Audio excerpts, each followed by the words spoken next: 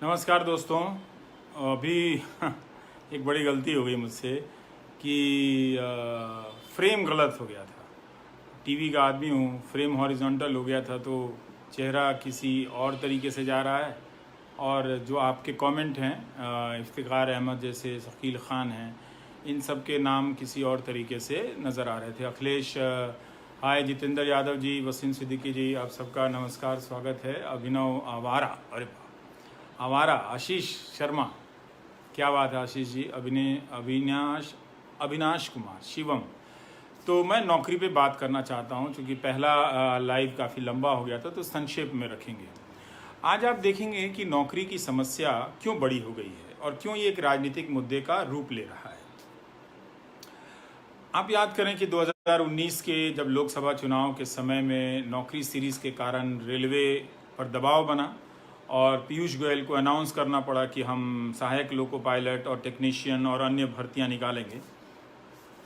और उन्होंने तो दावा किया था कि 1 साल के भीतर सारी भर्ती पूरी हो जाएगी, लेकिन आज तक की नहीं। जो लोग परीक्षा पास कर चुके हैं उन्हें भी पूरी तरह से सैलरी अभी शुरू नहीं हुई है, उनकी ट्रेनिंग शुरू नहीं हुई है। ट्रेनिंग शुरू नहीं हुई तो भत्ता नहीं मिल रहा है। और यही नहीं, 2019 में एनटीपीसी कैटेगरी की वैकेंसी निकाली, रेलवे ने फॉर्म भरा है, उसकी इम्तहान का अभी तक पता नहीं है। तो लोगों ने मजाक उड़ाया, कहा कि पकौड़ा बेचना भी रोजगार है, और ये चल गया। काफ़ी मजाक उड़ा। युवाओं ने कहा कि छोड़ो इन बातों को, क्या करना है, हम फिर से वोट देते हैं। वोट आप किसी को भी दीजिए, लेकिन इस मुद्दे के साथ अन्याय मत होने दीजिए। इस मुद्दे को आप थोड़ा मैं चाहता हूं कि आप व्यापकता से समझें। मैं काफ़ी पढ़ता रहता हूं। अभी एक नई किताब आई है, ये संतोष मेहरोत्रा की किताब है, reviving jobs an agenda for growth. ये अर्थशास्त्री लोग हैं, इन्होंने मिल के लिखा है। कई लोगों के इसमें लेख हैं, और ये 599 रुपये की किताब है। तो इसको पढ़ते हुए कुछ बातें समझ में आई, लगा कि आपके सामने रखना चाहिए। तो देखिए, 3 तरह की चीज़ें हैं। स्वरोजगार है, सरकारी रोजगार है, और प्राइवेट नौकरी है। तो ये कहा जा रहा है कि सरकार सबको नौकरी नहीं दे सकती, आप स्वरोजगार करें। भैया, ये बात आप स्पष्ट रूप से समझ लें कि भारत के लोग वैसे ही स्वरोजगार सबसे ज़्यादा करते हैं। खेती के बाहर जितने भी लोग नौकरी करते हैं या रोजगार करते हैं, उनमें से 99% लोग असंगठित क्षेत्र में हैं। और इस असंगठित क्षेत्र में जितने भी लोग हैं, उनमें से 65% लोग स्वरोजगार करते हैं। तो स्वरोजगार तो आप पहले से भी कर रहे हैं, लेकिन उसकी कमाई बहुत कम है। 10,000, 15,000 वेतन पे लोग काम कर रहे हैं। और इसमें भी क्या झटका लगा कि मैन्युफैक्चरिंग सेक्टर और कंस्ट्रक्शन सेक्टर, ये 2 ऐसे सेक्टर हैं असंगठित क्षेत्र के, मुकुट हैं। इनमें बिना कौशल के भी लोगों को काम मिल जाता था। काम बहुत पैसे का नहीं मिलता था, लेकिन 2014 के बाद से हमारा एक्सपोर्ट जो है काफ़ी गिर गया। मैन्युफैक्चरिंग में निवेश कम हो गया, क्योंकि जो बाहर की कंपनियां थी उन्हें क्वालिटी नौजवान नहीं मिल रहे थे, तो वो यहाँ अच्छी चीज़ें बनाने नहीं आई। तो मैन्युफैक्चरिंग सेक्टर से आपका रोजगार कम हो गया। कंस्ट्रक्शन, जिसमें बिल्डिंग वगैरह बनती है, इन सब चीज़ों में किरण जी, मैं काश मेरे पास सचिवालय होता तो मैं सबकी समस्याओं का समाधान कर देता, पर मैं पत्रकार ही हूँ, मैं कितनी उम्मीदों को पूरा कर पाऊंगा। तो क्या हुआ कि कंस्ट्रक्शन सेक्टर बैठ गया। आप जानते हैं कि अब इस सेक्टर में ना तो सैलरी है ना नौकरी है। तो ये जो 2 सेक्टर थे जिसमें कम क्वालिटी वाले नौजवानों को काम मिल रहा था, ये बैठ गए। और टेक्सटाइल भी था, वो भी बैठ गया। तो कम क्वालिटी वाला नौजवान कौन है, आप समझिए। ये हमारे ज़िलों के, बक्सर हो या आरा हो या फिर नालंदा हो या जमुई हो या सहरसा हो या बेगूसराय हो, मोतिहारी हो, मुजफ्फरपुर हो, बेतिया हो या दरभंगा हो, इन सब के कॉलेजों से पास किए हुए जो नौजवान थे, उसमें पढ़ाई तो होती नहीं थी। 3 साल का बीए 5 साल में हो रहा था, मज़े में, कोई परवाह नहीं कर रहा था। तो आप क्वालिटी नहीं पढ़ पाए, तो आप क्वालिटी के नौजवान नहीं बन पाए, तो आपको कम पैसे का वेतन मिला। अब आपको 10,000 या 15,000 रुपये का वेतन मिलेगा। असंगठित क्षेत्र में ज़्यादातर लोग इसी प्रकार के वेतन में काम करते हैं। अगर आप सिर्फ कई साल आप 15,000 के वेतन पे काम करेंगे, तो आप काम करते हुए भी गरीब होंगे। और दूसरा, काम नहीं मिलेगा तो भी आप गरीब होंगे। तो बड़ा हिस्सा भारत में की आबादी का बड़ा हिस्सा जिसे के पास काम नहीं है और जिसके पास काम है वो गरीब हो रहा है। तो इस किताब में एक बात बड़ी अच्छी लगी मुझे। इसमें कहा गया है कि भारत के पास डेमोग्राफिक डिविडेंड है। ये प्रधानमंत्री भी 2014 से कहते हैं कि हमारी आबादी का बड़ा हिस्सा 65% 35 साल से कम उम्र के लोगों का है। इनका कहना है कि इसका लाभ, ये मौका किसी देश की जिंदगी में बहुत मुश्किल से आता है, एक बार आता है। इसका लाभ हम उठा रहे थे, लेकिन अब जब बेरोजगारी आई, अर्थव्यवस्था नोटबंदी के बाद से चौपट होनी शुरू हुई, तो लोगों के रोजगार कम हो गए और जो 10 से 12 हज़ार कभी धीरे धीरे सैलरी बढ़ती थी, वो भी संभावना समाप्त हो गई। तो अब आप भारत की आबादी, जिसे हम डेमोग्राफिक डिविडेंड कहते हैं, जिससे हमें लाभ मिलना था, उसको, लाभ का मतलब क्या हुआ, उसको काम मिलेगा, वो अच्छा कमाएगा और कुछ बचत करते हुए बुढ़ापे की तरफ जाएगा। तो इस किताब में कहा गया है कि अब भारत के पास जो डेमोग्राफिक डिविडेंड है वो 2040 में समाप्त होगा। सिर्फ 20 साल बच गए हैं। अगर हमने नौकरी की संभावनाओं को बेहतर नहीं किया तो हमारी जो इस वक्त की आबादी है वो बेरोजगारी के दौर से बुढ़ापे में प्रवेश करेगी। दो तरह से, जिसके पास काम नहीं है और जिसके पास काम है उसके पास सैलरी कम है। सैलरी कम है, उसके पास सामाजिक सुरक्षा कम है। सामाजिक सुरक्षा कम है, आप जानते हैं कि भारत में सिर्फ 10% लोगों के पास बीमा है। असर क्या होगा, अगर आप बीमार पड़ जाएंगे तो जो भी आपके अकाउंट में 40,000 50,000 रुपए होगा और साथ में कर्ज आ जाएगा, पैसा उड़ जाएगा। तो आप गरीबी रेखा से नीचे जाएंगे या उतना ही अमीर हो पैसा आएगा कि आप जी सकें। इसलिए बहुत बड़ी आबादी को काम मिलने के बाद भी भारत में आर्थिक असमानता बढ़ी है, क्योंकि आपको काम नहीं मिला। तो इनका कहना है कि जब तक क्वालिटी का एजुकेशन नहीं होगा, जो आपको नहीं मिला, तो आपको अच्छी सैलरी का काम नहीं मिलेगा और आप जो काम करने जाएंगे उसको बहुत अच्छा नहीं बना पाएंगे। आपका आत्मविश्वास कमजोर होगा, आपका हुनर खराब होगा। अब इन्होंने स्किल इंडिया चलाया, लेकिन एजुकेटेड इंडिया नहीं चलाया। क्यों? क्योंकि उसके लिए सारे कॉलेजों में मास्टर रखने पड़ते, अच्छे मास्टर रखने पड़ते। तो आप क्वालिटी के छात्र बनते तो अच्छी नौकरी करते, अपनी भी, और ऐसा कुछ करते कि और लोगों को भी नौकरी देते। स्वरोजगार आप अभी भी आप कर रहे हैं, ऐसी बात नहीं कि आप नहीं कर रहे हैं। अब ये देखिए, किसी ने लिखा, अनुराग ने, कि बिहार एसएससी में 6 साल से पेंडिंग है। ये मजाक नहीं है क्या? क्या समझ रखा है लोगों ने इस देश के नौजवानों को? ये मजाक हो रहा है आपके साथ। तो आपका एजुकेशन खराब हुआ, आप खराब क्वालिटी के नौजवान बने, आप कोचिंग में भटकते रहे मामूली बीए पास करने के लिए, कॉलेज में महंगी फीस दी, लेकिन वहां पढ़ाई नहीं हुई, कोचिंग में दोबारा पैसा दिया। दुनिया के किसी देश में ऐसा नहीं होता है, किसी देश में नहीं होता। पढ़ाई का स्तर बहुत अच्छा होना चाहिए था, जो इन्होंने आज भी नहीं सोचते।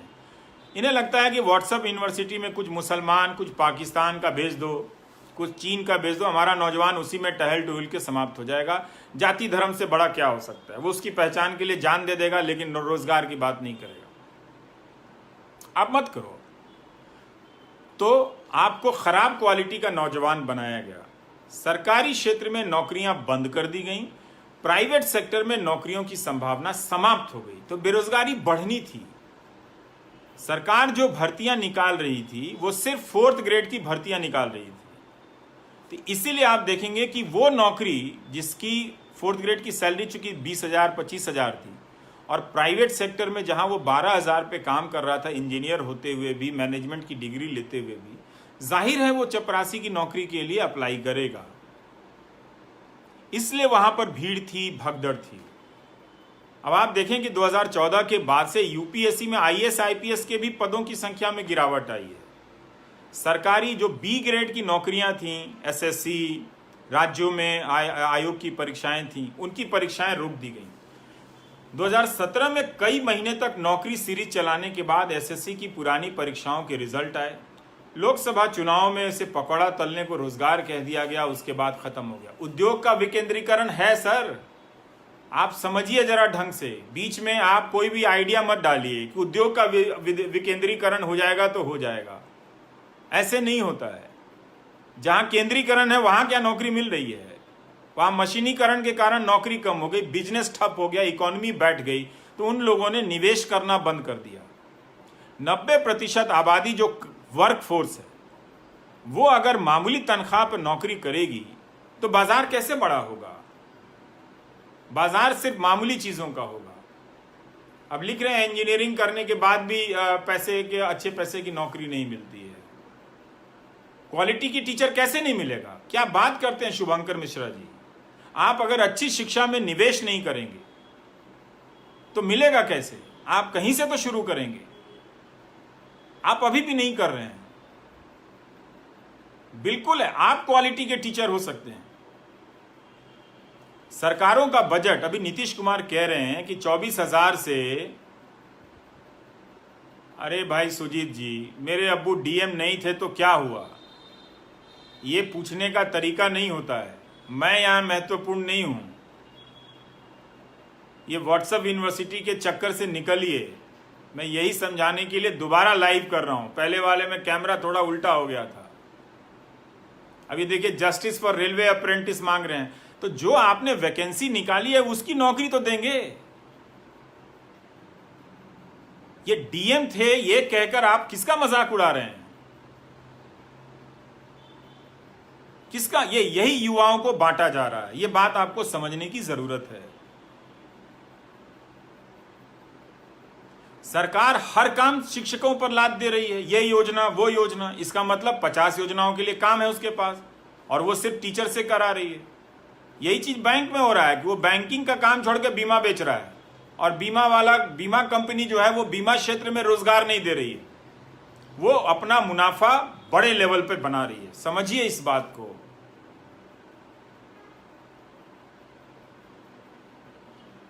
इसलिए आप समझिए कि ये नौकरियां कम की गई हैं। सरकार ने नौकरी नहीं रखी, पेंशन बंद कर दिया कि वो पैसा बचेगा तो बड़े उद्योगपतियों को दिया जाएगा। जब सरकार आपको नौकरी नहीं देगी, आपको ताने दे रही है कि आप डीएम बनने वाले थे, तो फिर उद्योगपतियों के चौपट हुए धंधे को बचाने का काम सरकार का होना चाहिए, वो भी कई लाख करोड़ देकर।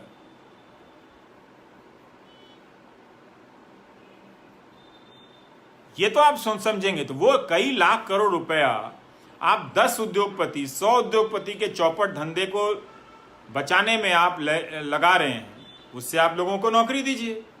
और जब आप कॉन्ट्रैक्ट की नौकरी पैदा कर रहे हैं सिर्फ इसीलिए कि लोगों को कई तरह की सामाजिक सुरक्षा की चीजें नहीं देनी होगी, तो ठेकेदार तो सरकार से 15,000 रुपए के हिसाब से कर्मचारी का पैसा लेता है और कर्मचारी को रखता है 6,000 पे। तो सरकार ही रखे, कम से कम 6,000 की जगह 15,000 तो मिलेगा। तो 3 चीजें कनेक्ट हैं, एक आपका एजुकेशन, एक अच्छी क्वालिटी की शिक्षा, और दूसरा इन दोनों से निकले हुए अच्छे क्वालिटी के स्टूडेंट, इंजीनियर। अब तो सॉफ्टवेयर कंपनी वाले बयान दे देते हैं कि 90% इंजीनियर नौकरी देने लायक नहीं है। क्यों भाई? उनसे पैसा तो आपने पूरा लिया, 4 साल उनके जीवन का लिया। अब आप कह रहे हैं कि नौकरी देने लायक नहीं है, तो फिर उस कॉलेज को बंद करना चाहिए था, उस कॉलेज से पैसा वापस करवाना चाहिए था कि कैसे आपने कह दिया। इसलिए काम करने के हालात खराब किए जा रहे हैं, और इसीलिए ज्यादातर लोग बेरोजगार हुए। जिनके पास रोजगार है उसके पास पैसा नहीं है। ये बात आप समझिए। नौकरी के मसले का मजाक उड़ाने का समय नहीं है। एक बार उड़ चुका। कई लोग कहते हैं कि बिहार में भी ये मुद्दा हार जाएगा। हार जाए, मुझे उससे कोई फर्क नहीं पड़ता। 2017 में जब मैंने नौकरी सीरीज शुरू की थी, पता भी नहीं था कि बिहार में ये मुद्दा बन जाएगा, पता भी नहीं था कि मध्य प्रदेश में ये मुद्दा बनेगा और छत्तीसगढ़ में भी बनेगा। इसमें आप सभी सरकारों की कड़ी परीक्षा लीजिए। ये झुंझुना बांटा जा रहा है कि ईडब्ल्यूएस, कमजोर रूप से आर्थिक तबके के लोगों को हमने आरक्षण दे दिया। नौकरी तो दे नहीं रहे हैं आप, नौकरी क्या दी? और ईडब्ल्यूएस को भी सर्टिफिकेट मिलने में 100 दिक्कतें आती हैं, रोज मुझे लिखते हैं वो लोग। तो इसलिए आपके पास जो पैसा है आपके पिताजी के पास, एक अच्छा कॉलेज ना होने के कारण वो कोचिंग पे खर्च कर रहे हैं, और बीमार पड़ गए तो बीमारी पे खर्च करके कंगाल हो जा रहे हैं लोग। तो इसलिए आपके पिताजी की पीढ़ी का जो भी पैसा उनके पास आता, लाभ मिलता आपके परिवार को, आपको नहीं मिल रहा है, और आप अच्छा पैसा नहीं कमा पा रहे हैं, तो आप अगली पीढ़ी को नहीं देंगे। इसलिए इस किताब की बात सही है कि 2040 में जब हम प्रवेश करेंगे तो हम बेरोजगारी से बुढ़ापे की तरफ जाएंगे। चीन की तरह नहीं कि चीन ने इसी दौर को 9 से 10% की जीडीपी में वो ले गया, जिससे उसके जवानी को, उसके नौजवानों को अच्छा काम मिला, अच्छा पैसा मिला, और वो फिर वो एजिंग में चले गए यूरोप की तरफ। भारत के पास जब ये मौका आया तो नौजवान गरीब होते हुए वहाँ पर बेरोजगारी और बुढ़ापे की तरफ जाएंगे, तो बहुत तकलीफ होगी। इस बात को आप समझिए। इसलिए नौकरी का मुद्दा सिर्फ सरकारी नौकरी का मुद्दा नहीं है, सरकार को नौकरी देनी चाहिए। जब सरकार का बजट 24,000 से 2 लाख करोड़ का हुआ है, जैसा कि नीतीश कुमार कहते हैं, तो उसका काम भी बढ़ा होगा, और काम बढ़ा है तो उन्हें अच्छी नौकरी देनी चाहिए। जब खुद विधायक लोग पेंशन लेते हैं और आपको पेंशन नहीं देते हैं, बहुत सारे लोग जो रिटायर हुए हैं आपके रिश्तेदारों में, आप पता कीजिए उनकी स्थिति बहुत खराब है। बच्चा अच्छा होगा तो, लेकिन उसके पास अपने जीवन के लिए भी वो कम कमा रहा है, तो माँ बाप की देखभाल कैसे कर पाएगा? कई बार नियत होते हुए भी वो नहीं कर पाता है, और लोग बीमारी से परेशान हैं। आपको ये बात समझनी है। ये जो व्हाट्सएप यूनिवर्सिटी आती है, चुनाव के समय आ जाता है, मेरा चेहरा बदल दिया जाता है और ये सब चलता है, आप मेरा मजाक उड़ाइए, मुझे गालियां दीजिए। इतनी बड़ी सरकार, इतना बड़ा आईटी सेल अगर किसी के पीछे लग जाएगा तो लोग, मैं चाहूंगा भी तो भी लोग मेरे बारे में उल्टा सोचेंगे। आप सोचते रहिए, लेकिन आपकी जिंदगी को लंबे समय के लिए जो बर्बाद किया गया है, वो बात बहुत ज्यादा सही है। इससे आप बच नहीं सकते। आपकी जिंदगी, अब जो अर्थव्यवस्था चौपट हुई है, अब अगले 10 साल में भी कुछ नहीं होने वाला है। बहुत सामान्य धक्का खाते हुए चीजें बढ़ेंगी। अब तो लोगों की सैलरियां कम हो गई। नवनीत जी ठीक लिख रहे हैं कि लंदन में रहते हैं और हेल्थ सिस्टम को और एजुकेशन सिस्टम को खत्म होते हुए देखना कितना दर्दनाक है, क्योंकि डॉक्टर नहीं है और टेक्नीशियन स्टाफ नहीं है। फार्मासिस्ट की भर्ती बंद हो गई है। आप बताइए नवनीत जी, आप लंदन के जो नेशनल हेल्थ सर्विसेज है, सिस्टम है, उसमें बिना फार्मासिस्ट की डॉक्टरों की कोई मीटिंग आपने देखी है, सुनी है? भारत में है ही नहीं। डॉक्टर को हटा दिया गया। तो एक सामाजिक रूप से ये बेरोजगार बना रहे हैं। चूंकि इनको पता है कि नौजवान ये सवाल आज ना कल पूछेगा, इसीलिए जब भी चुनाव आता है व्यापक पैमाने पे मुसलमान, पाकिस्तान, ये चलने लगता है। अगर यहां नहीं पैदा होता है, 2-4 लोगों को पकड़ के लाया जाता है, उनसे बयान दिलवाया जाता है, फिर कहा जाता है आप इस पे नहीं बोल रहे हैं, उस पे नहीं बोल रहे हैं। अरे भाई, हम मान लीजिए हम सब पे नहीं बोल रहे हैं, आप नौकरी पे क्यों नहीं बोल रहे हैं जो सबका मुद्दा है? ठीक बोल रहे हैं सुनोरिया साहब कि एनपीएस का सेशन अलग से कर लें। मैंने तो अभी किया, इसके पहले बताया तो कि एमपी लोग 4-4 पेंशन ले रहा है और आपसे हमसे कह रहा है कि बाजार में निवेश कर दो।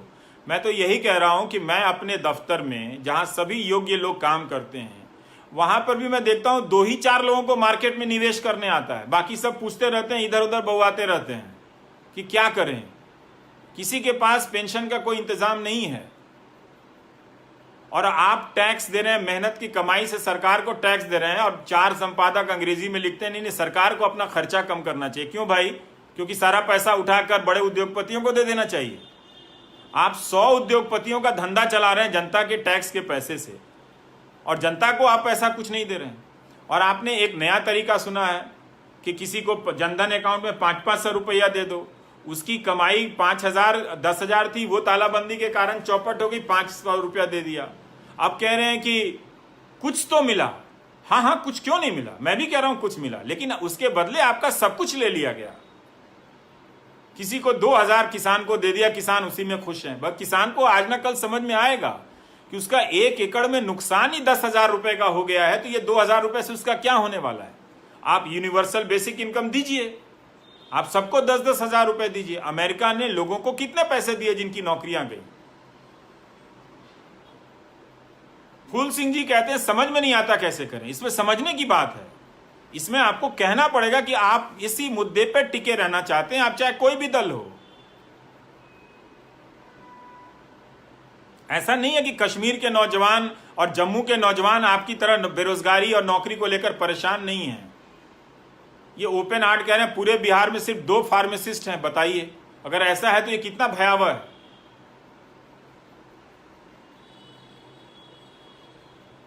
तो इसलिए हर जगह के नौजवान सरकारी परीक्षाओं को लेकर परेशान है। 8-8 साल लगेगा, 6-6 साल लगेगा, इतना घमंड आपको।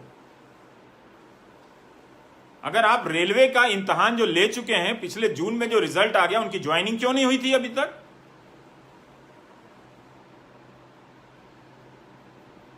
अप्रेंटिस वाले कितना आंदोलन कर चुके हैं, कोई नहीं देखना। सिपाहियों के कितने पद खाली हैं, शिक्षकों के कितने पद खाली हैं। इसलिए इसे देखिए और समझने का प्रयास कीजिए। खुर्शीद आलम कह रहे हैं I am also a victim of salary reduction. भाई मेरी भी कम हो गई है, तो मैं क्या करूं बताओ। तो इसलिए आप लोग जिनकी सैलरी कम हुई है, अब सैलरी वापस होने में बहुत ज्यादा हो जाएगा, बहुत समय लगेगा। किसी ने कनाडा से लिखा है, बनर्जी साहब ने, कि कनाडा में सबने, सरकार ने सबको $2000 पर मंथ दिया है। हरसिमरनजीत सिंह ने लिखा है, कमाल है। तो हमारी जिंदगी बर्बाद हो रही है, बर्बाद की जा रही है धर्म से जोड़कर। इस धर्म को कोई खतरा नहीं है, आपकी जिंदगी को खतरा है इस धर्म की राजनीति से। ये बात आप समझें। हर चुनाव में ये भय क्यों पैदा किया जाता है? फिर आप एक ईमानदार पुलिस व्यवस्था, जांच व्यवस्था क्यों नहीं बनाते हैं? फिर क्यों ये आप काम करते हैं कि इलाहाबाद हाईकोर्ट को कहना पड़ता है कि किसी को झूठे आरोप में फंसाकर गौरक्षा कानून में भर्ती कर दिया जाता है, जेल में बंद कर दिया जाता है। गौरक्षा के नाम पर आजादी के समय से बड़े बड़े जमींदारों ने, लोगों ने लाखों एकड़ जमीनें दान दी कि हमारी गाय माता अच्छे घास का भोजन करेंगी। उन सारी जमीनों पर कब्जा हो गया है। ग्राम प्रधानों में भी, ग्राम सभाओं की जमीन पर भी, चारागाह की जमीन पर कब्जा हो गया है। लेकिन इस मसले को लेकर एक धर्म विशेष के खिलाफ अभियान कितना फैलाया जाता है। एक रिपोर्टिंग आपने उस गोदी मीडिया पर देखी है कि एक गांव की चारागाह की जमीन है जिस पर किसी दबंग ने कब्जा कर लिया है, और वही आदमी अपने जिले के मुख्यालय में बैठकर गौ रक्षा की राजनीति करता है। हमारी गौ माताएं, तकलीफ होती है देखकर। दिल्ली का घर फ्लैट का है, वरना पटना में और अपने गांव में हम गाय पालते थे, और हमारे यहाँ जो सब्जी काटी जाती थी उसको बहुत इज्जत से काटी जाती थी। हम जमीन पर नहीं रखते थे, टोकरी में रखते थे। उसको उठा के गौ माता को पहले खिलाते थे। उसको हरा हरा देख करके उसे हरा कुछ मिला है तो तबीयत खुश हो जाती थी। आज यहाँ दिल्ली की सड़कों पर आज तक मैं देखता हूँ कि गौ माता प्लास्टिक की थैली और कचरे में खा रही है। ये मैंने अपने बचपन में गायों को खाते नहीं देखा था, कभी भी नहीं देखा था। तो गायों के लिए कोई अच्छा ढंग का हुआ। आप जाकर देखिए, कुछ गौशालाएं बनाई गई, उसमें भी राजनीति हुई। खाने पे गायों के खाने के लिए नहीं है। हमने तालाबंदी के दौरान दिल्ली में किया था, गौ माताओं को खाने के लिए कुछ नहीं, राजनीति के लिए सब है। कीजिए, आप आंदोलन चलाइए कि गौ रक्षा, गौ के लिए जो चारागाह की जमीन गायों के लिए दी गई थी, उन जमीनों पर कब्जा हटाया जाए। वो राजनीति कीजिए ना। हर बात में मेरा आईटी सेल प्रचार करता है, तरह तरह की चीजें बनाता है। लोग पूछता है आपके खिलाफ वायरल हो रहा है। मैं क्या करूं भाई? एक अदना से पत्रकार के पीछे सरकार लग जाए, इतना बड़ा आईटी सेल लग जाए, पॉलिटिकल पार्टी लग जाए, उसके लाखों समर्थक लग जाएं। मैं जिंदा हूं, यही बहुत है। आप लोगों की दुआ से मैं क्या कर सकता हूं? लेकिन आप जिसे समर्थन देना है उसे दीजिए, लेकिन कहिए कि भाई रोजगार के सवाल पर आइए, बात रोजगार की कीजिए। ये हिंदू मुसलमान के फ्रेम में, ये जाति धर्म के फ्रेम में अब मत रखिए। ईडब्ल्यूएस वाले भी समझ लें, जब सरकारी नौकरी नहीं होगी तो इस आरक्षण का कोई मतलब नहीं है।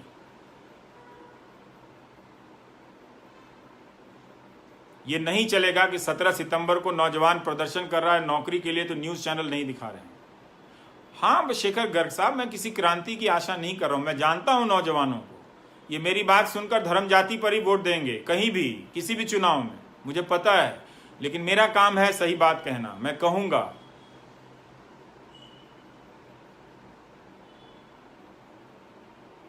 ये बात आप किसी चुनाव के संदर्भ में नहीं देख सकते। मैं 2017 से अकेला इन सवालों को उठाते आ रहा हूं। उसके पहले मुझे इसका नहीं, इनको परवेज साहब को डिप्रेशन क्यों हो रहा है, मैं तो रास्ता बता रहा हूं परवेज साहब, मुझे तो डिप्रेशन नहीं हो रहा है। अब कोई कह रहा, अविनाश कह रहे हैं कि रेलवे को 866 करोड़ रुपए आ गए 2017-18 में फॉर्म से। मुझे पता नहीं, हिसाब मुझे जोड़ना नहीं आता, मैं अक्सर गलती कर देता हूं। तो इसलिए आप सब काबिल लोग हैं, आपको खराब एजुकेशन सिस्टम देकर कम काबिल बनाया गया है। किसी ने लिखा है वियतनाम सरकार ने भी 10,000 दिया है सबको, यहां देखिए 500 और 2,000 देकर ही गुणगान गा रहे हैं सब। तो आप करें। शेष नारायण साहब कह रहे हैं नेपाल से हैं, वहां से मेरा न्यूज देखते हैं। नमस्कार शेष नारायण जी, क्या बात है, कोई वियतनाम से, कोई लंदन से और कोई कनाडा से आ गया। उड़न तश्तरी भी जी भी हैं हमारे साथ। खिलाना चाहिए, क्यों नहीं खिलाएंगे गाय को सब्जी भाई? ऐसी व्यवस्था हम कर सकते थे। उसके चारागाह की जमीन ही हम रखते, उसमें हरी हरी घासें होती तो हमारी गाय खा के मजा आ जाता, स्वस्थ दूध मिलता हम सबको। तो इसलिए बहुत सारे नौकरी के सवाल को शिक्षा, स्वास्थ्य, आपके कौशल, अच्छी शिक्षा से जोड़कर देखिए, वरना आप सब बहुत बड़े नुकसान की तरफ बढ़ते चले जा रहे हैं। ये आईटी सेल वाले बदल कर चले जाएंगे जो आपके व्हाट्सएप में भेजते हैं। आपके व्हाट्सएप में इस तरह की अफवाहें आए तो समझिए कि कोई आपको इसी लायक समझता है। ये आपका अपमान है। आपकी नौकरी के साथ इस दौर में जो 6 साल में मेहनत होनी चाहिए थी वो नहीं की गई। स्वरोजगार किया जा रहा है। जो कहने वाले लोग, उनको पता होना चाहिए कि सबसे ज़्यादा लोग स्वरोजगार करते हैं इस देश में। सिर्फ 10% लोग हैं जो फॉर्मल नौकरी पे हैं, जिन्हें सैलरी मिलती है नियमित, अच्छी सैलरी वाले 7 से 10% हैं। पढ़िए इस किताब को, पता चलेगा। और ऐसे बहुत सारे लेख हैं। बेरोजगारी की दर जब 45 साल में सबसे अधिक हुई तो डेटा ही गायब कर दिया गया, अदल बदल के लाया गया, कहा नहीं हमने कुछ पैमाना बदला है। अब 17% बेरोजगारी है। 17-18 में ही सेंटर फॉर मॉनिटरिंग इंडियन इकोनॉमी ने कहा था कि 1 करोड़ रोजगार कम हो गए। तो लगातार रोजगार कम हो रहे हैं, जो मिल रहे हैं उसमें सैलरियां कम हो गई हैं।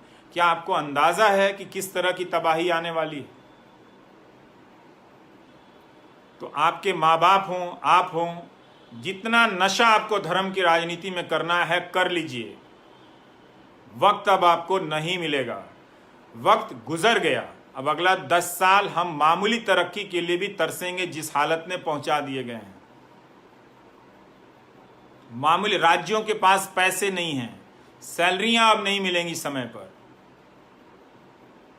तो आप देख लीजिए हमारा क्या है, हम तो गाली सुनते रहते हैं, आप सुनाते रहेंगे।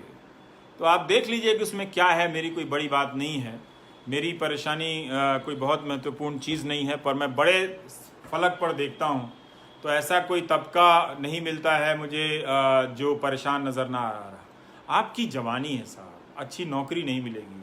कितने क्वालिटी के लोग हैं। मान ले मुझे तो 4-5 शिक्षक मिले थे, उन्होंने मेरी ज़िंदगी बदल दी। कैसे बदली? उन्होंने मुझे अच्छी किताबें दी, उन्हें मुझे पढ़ना सिखाया, वरना मैं रट रहा था किताबों को। मैं नहीं समझता था कि मैं ये किताब क्यों पढ़ रहा हूँ। सिर्फ 4-5 टीचर ने मेरे पूरे क्लास के लड़कों को बदल दिया और वो सब अच्छी नौकरी में गए, अच्छे काबिल लोग बने। लेकिन आपका गणित भी बहुत अच्छा है, नैसर्गिक रूप से आप बहुत प्रतिभाशाली हैं, बहुत व्यवहारिक चीज़ें आती हैं, लेकिन आपने 3 साल का जो बीए में एडमिशन लिया उसी में आपका कबाड़ा कर दिया गया। चाहे आप इंजीनियरिंग में गए हों, चाहे आप उसमें गए हों, और फिर आपकी आर्थिक स्थिति खराब कर दी गई। आप काबिल नहीं हैं। जब काबिल नौजवान बाजार में जाता है तो वो मोल भाव करता है। वो कुछ दिन के लिए भले कम पर काम कर ले, लेकिन ज़्यादा काम करने की उसमें सलाहियत पाता है, योग्यता आती है, वो कुछ और बिजनेस कर सकता है। ऐसा क्यों है कि असंगठित क्षेत्र में ज़्यादातर लोग 10,000 15,000 की नौकरी करते हैं, बहुत तकलीफ में नौकरी करते हैं। लेकिन इस देश में धर्म की राजनीति ने आप सबको बर्बाद कर दिया है। आप नौजवान अब किसी लायक नहीं रहे। इससे निकलना आप मत समझिए कि फेसबुक लाइव देखकर आप निकल जाएंगे, ना ही मैं आपसे कोई उम्मीद करता हूं। मैंने तो लिखा है कि मैं भारत के युवाओं से 3.5% उम्मीद करता हूं। मुझे सब असलियत पता है दोस्तों कि इस लाइव के बाद आप क्या कहेंगे। सब समाज की सारी व्यवहारिकताओं, अनैतिकताओं को मैं जानता हूं। भारत का समाज जो है, आप अपने घर में, परिवार में, आसपास किसी आयोजन प्रयोजन में देखेंगे, अनैतिकताओं से भरा हुआ समाज है। इसमें एक और बात लिखी हुई है कि भारत का परिवार इलाज कराने और दहेज देने में गरीब हो जाता है। सोचिए, 2 में से 1 परिवार दहेज के कारण गरीब हो जाता है। अब लिखे हैं, पारिदा साहब लिख रहे हैं कि एनआईटी से हैं लेकिन उन्हें नौकरी नहीं मिली है। अब भाई परीक्षाएं अब नहीं होंगी, प्राइवेट सेक्टर में नौकरी नहीं है, सरकार नौकरी देना नहीं चाहती है, क्योंकि रेटिंग एजेंसियां कहेंगी कि आप तो अपना खर्चा बढ़ा रहे हैं। जैसे ही सरकार 10 लाख करोड़ 4 उद्योगपतियों को दे देगी, रेटिंग एजेंसियां वाहवाही करेगी। इस चक्र में हम फंस गए हैं। इसीलिए हो सकता है मेरी बातें सही ना हो, पर्याप्त ना हो, मुझे झारखंड का भी पता है दोस्त, मैं सब सरकार का बोल रहा हूं। जरूर इस मुद्दे पर फोकस मेरा केंद्र सरकार के कारण गया था, और उस फोकस को अभियान की तरह करने के बाद भी आज देखिए कि रेलवे की जो भर्तियां हैं वो पूरी नहीं हुई हैं। तो आपको तय करना है कि आप इस अफीम को, धर्म के खतरे के अफीम को लेकर कब तक जीना चाहते हैं। कई नौजवान लिखते हैं कि मैं तो बदल गया हूं, मैं अपने पिताजी का क्या करूं, वो दिन रात गोदी मीडिया देखते रहते हैं। होता है, ड्रग एडिक्ट हो जाते हैं लोग। इतना आसान नहीं है उनको उस चंगुल से निकाल पाना। बहुत मेहनत करनी पड़ेगी इस समाज को नए स्वरूप से गढ़ने के लिए। सरकारों का पुनर्गठन करना पड़ेगा, आर्थिक नीतियों पर हमारी सोच बदलनी पड़ेगी। 50-50 किलोमीटर का एक जिला है, 20 एकड़ की जमीन में घर में डीएम रह रहा है। एक डीएम क्यों होना चाहिए? 4 डीएम क्यों नहीं होना चाहिए? वो डीएम अपने कार्यकाल में अपने सारे विभाग के कर्मचारियों से मिल नहीं पाता होगा, वो काम क्या करेगा? केवल मीटिंग होती है, आजकल यही होता है, जिले में मुख्यमंत्री मीटिंग करने लगे हैं, उसका फोटो दिखाया जाता है, डीएम को डांटा जाता है। वो डांट खाएगा क्योंकि उसके पास कर्मचारी नहीं है। बहुत सारे लोग अच्छी नीयत के साथ आईएएस बनना चाहते हैं, पर इन्हीं सब चीजों में भटक के अंत में फिर वो भी भ्रष्ट होकर चले जाते हैं। तो मैं अब आप सबसे विदा लेता हूं, और बहुत बहुत शुक्रिया, दोबारा आपने मेरा लाइव सुना। उम्मीद करता हूं कि इस बार मेरा फ्रेम अच्छा होगा। और भोजपुरी में 2 लाइन में मैं फिर से कह देता हूं कि बबुआ लोगिन, बबुनी लोगिन, बात सुनी लोगिन, रउआ लोगिन के नौकरी के अब कहीं कौन ठौर नहीं है।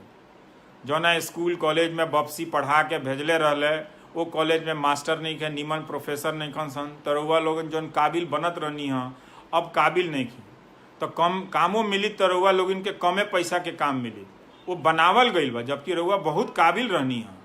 अगर नीमन मास्टर रहता सन आ मास्टरनी लोग रहित लोग, तो रउआ लोगन के चमका दिले रही, तो नीमन नौकरी मिलल रही रउआ लोगन के। अब वो नहीं खे मिलत, तो एजुकेशन राउर बर्बाद हो गई, आ हेल्थ बर्बाद बा चौपट।